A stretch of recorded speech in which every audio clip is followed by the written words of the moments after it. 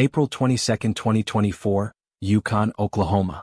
A father, a husband, and a man admired by his neighbors walked calmly into his family home and executed his wife and 3 sons with brutal precision. There were no screams heard, no signs of struggle, only the echo of a carefully planned massacre that no one saw coming. The question that still haunts everyone: why did Jonathon Candy do it? It started as just another ordinary Monday in Yukon, a quiet suburb outside Oklahoma City. The Candy family had lived in the same home for years, an unassuming 2-story house in a calm neighborhood where people rarely locked their doors. To neighbors, the Candys were as normal as they come. Jonathon Candy, 42, was a father of 4 who mostly kept to himself but would wave politely when he passed others in the street. His wife, Lindsey, 39, was warm and outgoing, often seen chatting with other moms or walking their youngest daughter to school. Their 3 sons, Dylan, 18, Ethan, 14, and Lucas, 12, were typical boys balancing school, sports, and video games. No one expected anything unusual on April 22, 2024. But that day would end in something so unthinkable, the entire community would be left in silence.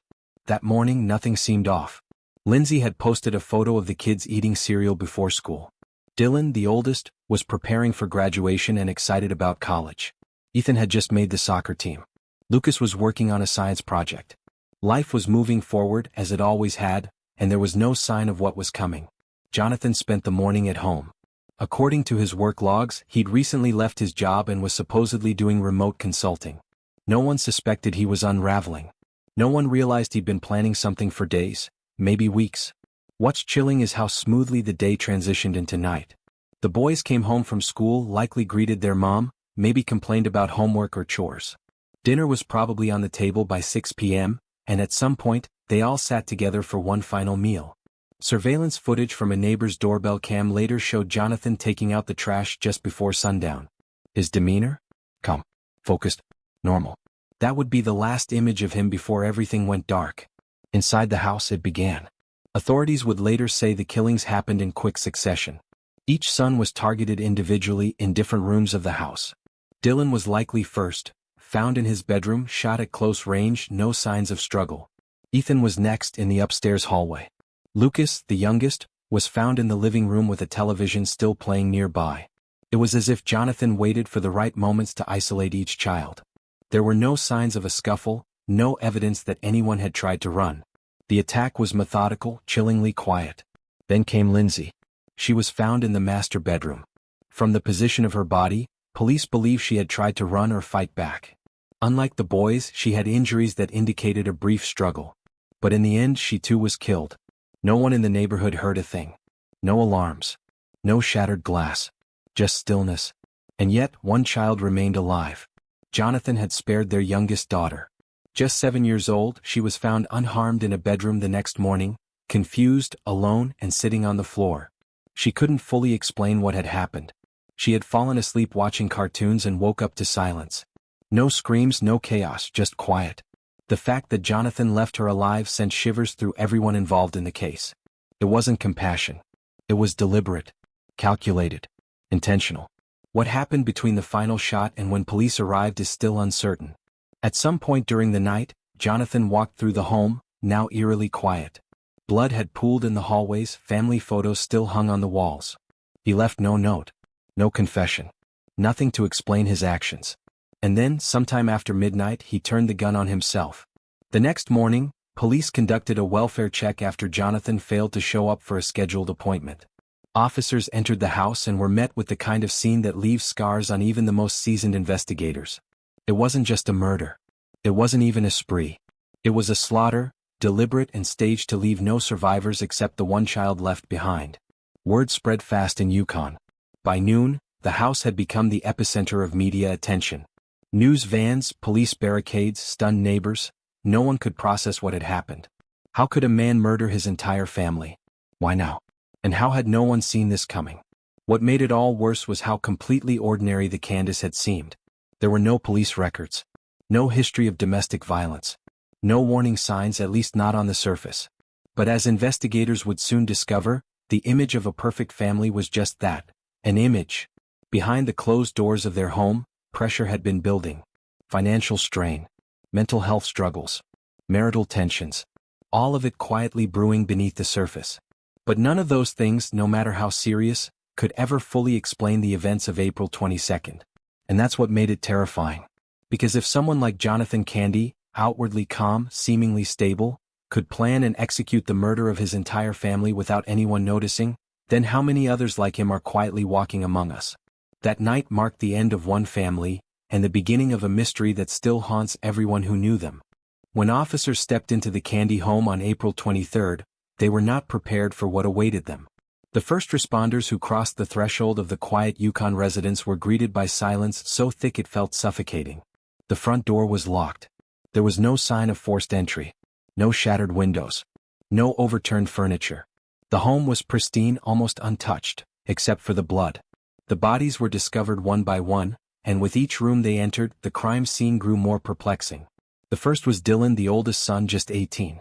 He was found in his bedroom lying across his desk, as if he'd been doing homework or gaming when he was shot. There were no defensive wounds, no signs that he saw it coming. The bullet was clean and precise.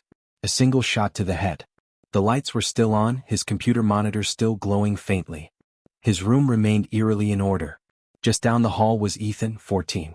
His body was crumpled near the upstairs landing. He had been moving, possibly trying to investigate the sound of the first shot, when he was taken down. Again, the gunshot was fatal and efficient. The lack of chaos spoke volumes. It wasn't a heat-of-the-moment attack. It was cold. Controlled. Lucas, just 12, was downstairs in the living room. The TV was still playing cartoons when police found him slumped on the couch, a throw blanket still partially covering his legs. Unlike the others, his body showed signs of distress. His fingers were clenched. His posture slightly twisted, like he might have had a second to react, but not enough to escape. In the master bedroom lay Lindsey. Her position was different. Unlike her sons, she hadn't been killed from a distance. She was found face down on the bed, her hands bruised, the bedsheets bunched around her as if she had tried to crawl away. There were marks on her arms, signs she had fought back. The fatal shot had come last. The coroner's report would later confirm what investigators feared.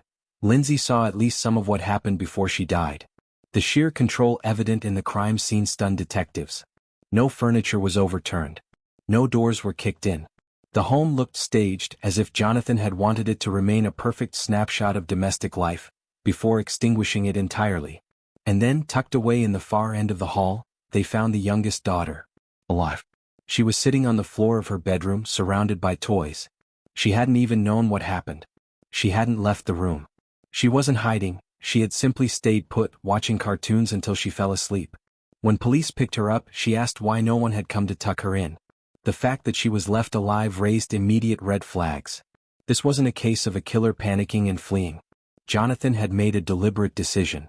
Sparing one child amidst a calculated massacre wasn't a mistake, it was part of the plan. What? No one could answer that yet. As forensic teams combed through the house, more strange details surfaced. There were no notes. No manifesto. No explanation. His phone had been wiped clean.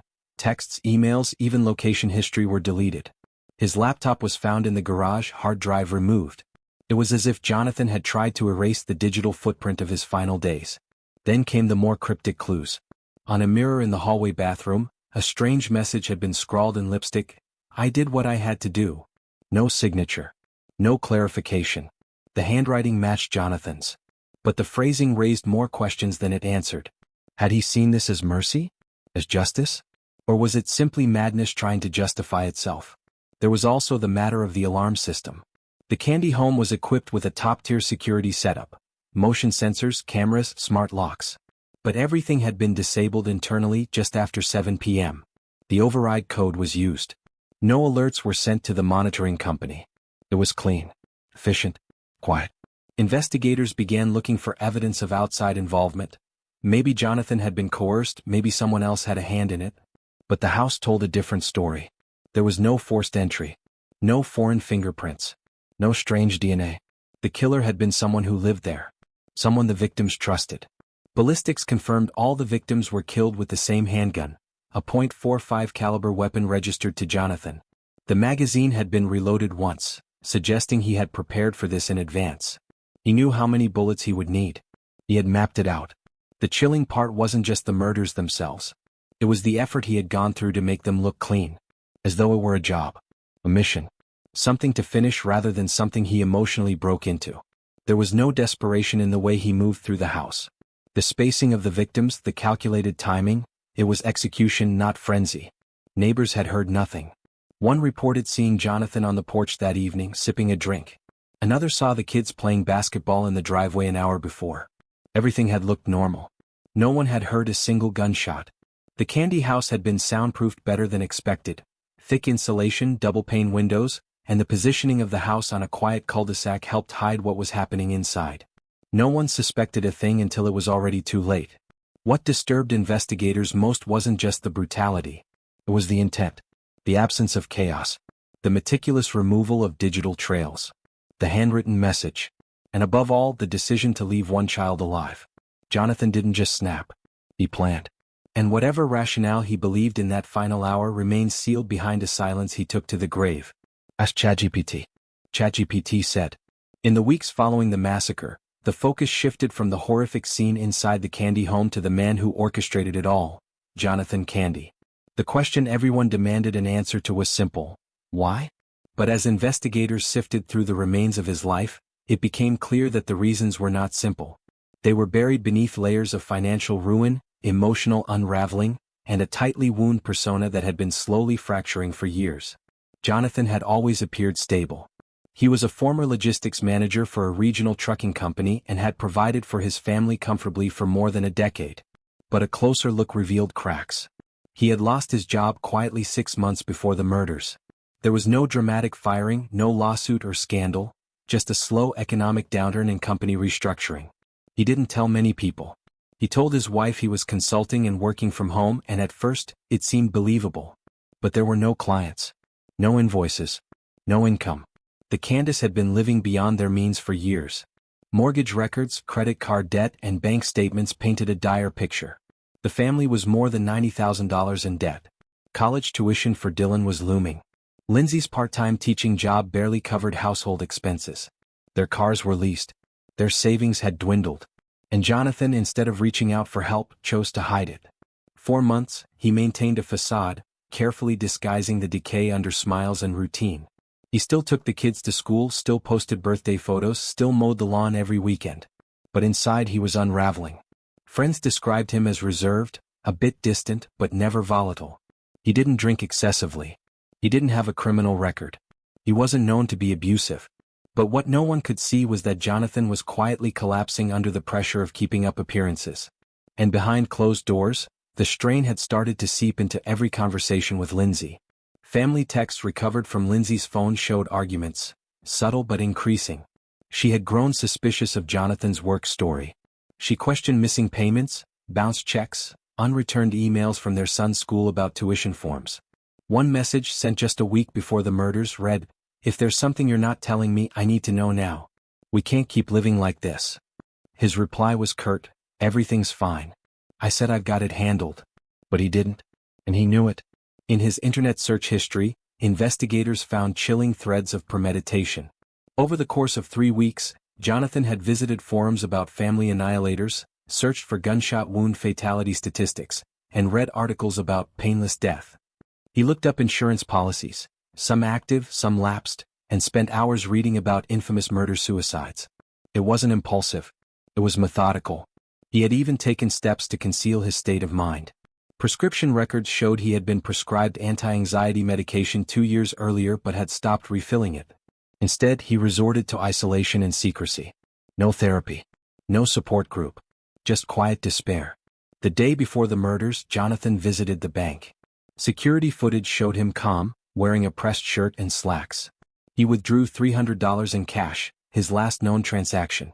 That same day he picked up takeout for the family and bought a small toy for his youngest daughter. The receipts were time-stamped. There was no sign of panic or urgency. Just a man following through with the last steps of a script he had written in his mind. The act itself, killing each of his sons in different parts of the house, sparing his daughter and then turning the gun on his wife and finally himself, was not a spur-of-the-moment breakdown. It was structured, symbolic, a twisted notion of control over a life he could no longer manage. Psychologists later compared his behavior to that of other family annihilators. Men who saw themselves as the only ones capable of making the final, irreversible decision. And yet, Jonathon left no explanation. No note. Just a brief, scrawled message in lipstick, vague and haunting. I did what I had to do. What he meant by it remains debated. Was it a delusion of protection, believing he was sparing his family from future suffering? Or was it simple cowardice dressed up in pseudo-righteousness? The most heartbreaking discovery came in the form of a saved but unsent email addressed to Lindsey. It was found in the drafts folder of an old laptop hidden in the garage. Read. I don't know how to fix this. I've tried. I failed you. I failed the kids. I never wanted it to end like this. But I can't keep pretending. He never sent it. Maybe he didn't want to. Maybe he knew he'd already made up his mind. In the end, the motive wasn't clean or clear. It wasn't jealousy, revenge, or rage. It was desperation. Pride. The quiet suffocation of a man who believed he had lost everything and couldn't face the shame. Jonathon Candy wasn't a monster in the traditional sense. He was a man who let his pride eclipse his humanity.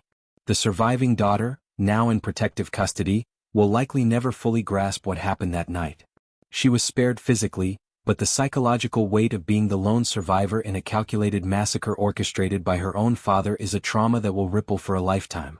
And for everyone who knew the family or thought they did, the lingering question remains, how could a father who loved his children, who tucked them in at night and showed up to every school play, suddenly become the architect of their death? The truth is, he didn't suddenly become that man. He had been slipping into that darkness quietly, invisibly, long before April 22, 2024.